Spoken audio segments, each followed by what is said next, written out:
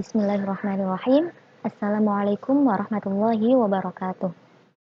Perkenalkan, saya Nur Rahmatika dari Prodi BSA semester 7. Baik, di sini saya akan menjelaskan atau mempresentasikan artikel saya yang berjudul Analisis Kesalahan Fonologi dalam Membaca Qasidah Burdah Santri Pondok Pesantren Darul Falah 42 Tambak Sumur, Sidoarjo.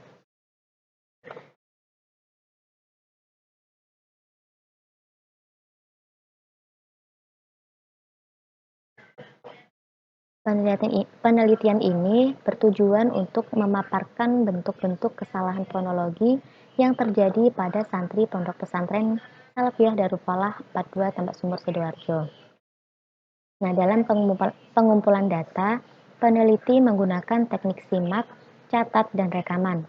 Jadi, dalam penelitian ini, objek penelitian maju satu persatu untuk membaca teks qasidah burdah. Jadi saya menyimak kemudian mencatat kesalahan-kesalahan yang ada dan juga merekam mereka saat membaca teksnya. Adapun metode penelitian ini menggunakan metode deskriptif kualitatif. Kesalahan fonologi santri terdapat pada dua kelompok bunyi, yaitu bunyi tenggorokan dan juga kelompok bunyi lidah atau lisan. Dan dalam penelitian ini ditemukan dua penyebab atau faktor kesalahan, yaitu faktor linguistik dan faktor non-linguistik. Pada faktor linguistik, kesalahan disebabkan karena berbedanya karakter abjad antara bahasa Arab dan bahasa Indonesia. Adapun faktor non-linguistik diantaranya yaitu yang pertama, kurangnya rasa percaya diri, kurangnya mentahsin bacaan, dan interferensi bahasa ibu. Kemudian peneliti memberikan beberapa solusi untuk membantu memperbaiki proses pembelajaran berikutnya. Yaitu yang pertama, hendaknya santri meningkatkan semangat belajar dan mentahsin bacaan. Kemudian bagi pengajar hendaknya memberikan perhatian khusus untuk santri yang kurang lancar membaca bacaan Arab. Dan bagi pengajar hendaknya memberikan review tajwid pada setiap kesalahan santri. Nah, dalam penelitian tahlil akhto ini ada 5 tahap atau 5 langkah. Yang pertama, mengenali kesalahan. Yang kedua, mendeskripsikan kesalahan. Yang ketiga, mengklasifikasikan kesalahan. Yang keempat, menginterpretasikan kesalahan. Dan yang terakhir, membenarkan kesalahan. Nah, ini untuk objek penelitian saya, yaitu ada Aurel, Zulfa, Ayu, Yosita, Nanda, Fafa, Alfi, Mia, Naila, dan Dian. Nah, ini semuanya yaitu usia SMP dan SMA. Dari semua objek ini, semua nama-nama di atas, rata-rata kesalahannya yaitu terdapat pada kelompok tenggorokan dan juga kelompok lidah. Kesalahan pada kelompok tenggorokan ini berarti kesalahan pengucapan yang keluar dari tenggorokan. Yang pertama, terdapat kesalahan pengucapan pada huruf konsonan hamzah dibaca ain, yaitu terdapat pada bait pertama, yaitu Maula yasholli wa sallim daiman abada. Namun hamzah di sini dibaca ain, sehingga lafaz daiman abada terdengar menjadi daiman abada. Seperti itu. Kemudian yang kedua, kesalahan pengucapan pada huruf konsonan kho dibaca ha. Nah, kesalahan ini ditemukan pada bait kedua, yaitu ala habibika khairil khalqi kullihimi. Lafaz khairil khalqi dibaca khairil khalqi. Kemudian yang ketiga, kesalahan pengucapan pada huruf konsonan ghain dibaca ha.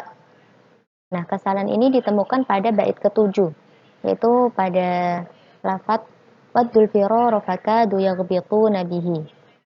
Nah, yaghbituna bihi ini dibaca yahbituna bihi. Ghainnya dibaca ha.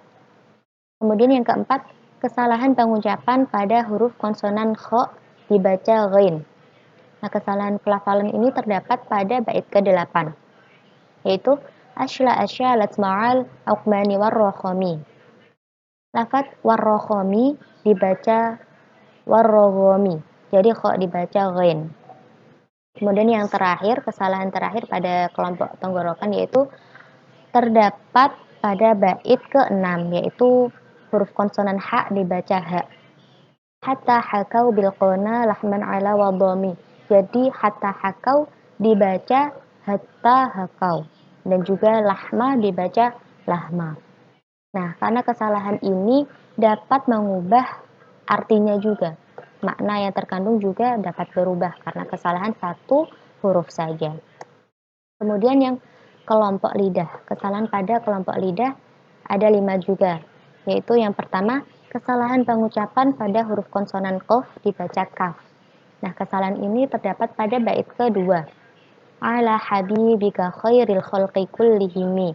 Lafaz khalqi dibaca kholki. Qafnya dibaca kaf.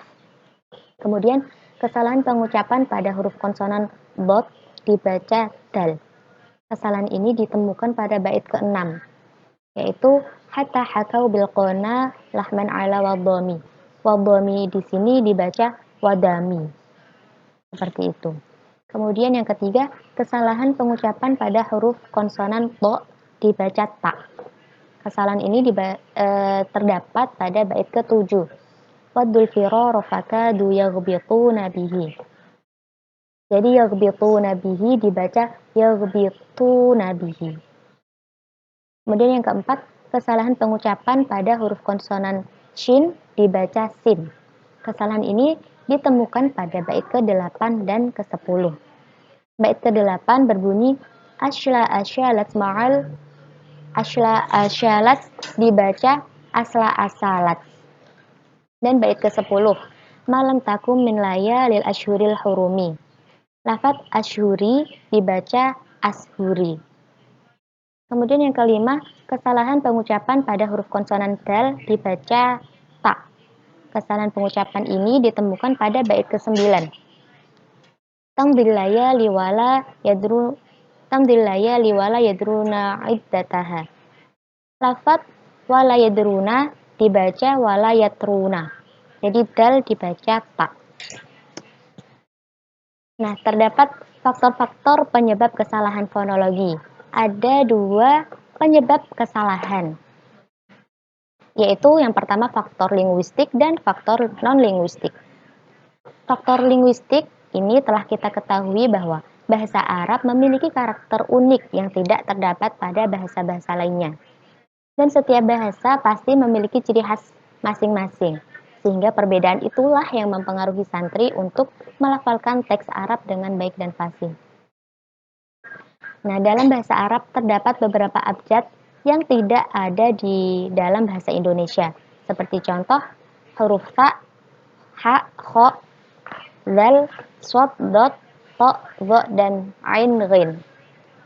Nah, karena tidak adanya abjad ini di bahasa Indonesia, sehingga mempengaruhi pembelajar pemula dalam hal kefasihannya dalam membaca teks bahasa Arab. Kemudian dalam faktor non-linguistik, yaitu yang pertama kurangnya rasa percaya diri. Dalam melafalkan teks Arab, hendaklah tidak ragu-ragu untuk meminimalisir kesalahan. Karena ragu-ragu tersebutlah yang menjadikan huruf-huruf dibaca kurang jelas. Yang kedua, kurangnya mentahsin bacaan Arab, kurangnya latihan. Dan yang ketiga, interferensi bahasa ibu. Jadi karena beberapa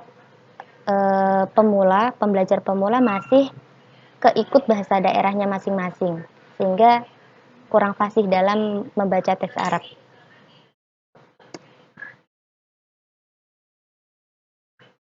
Mungkin cukup sekian presentasi dari saya. Kurang lebihnya mohon maaf. Wassalamualaikum warahmatullahi wabarakatuh.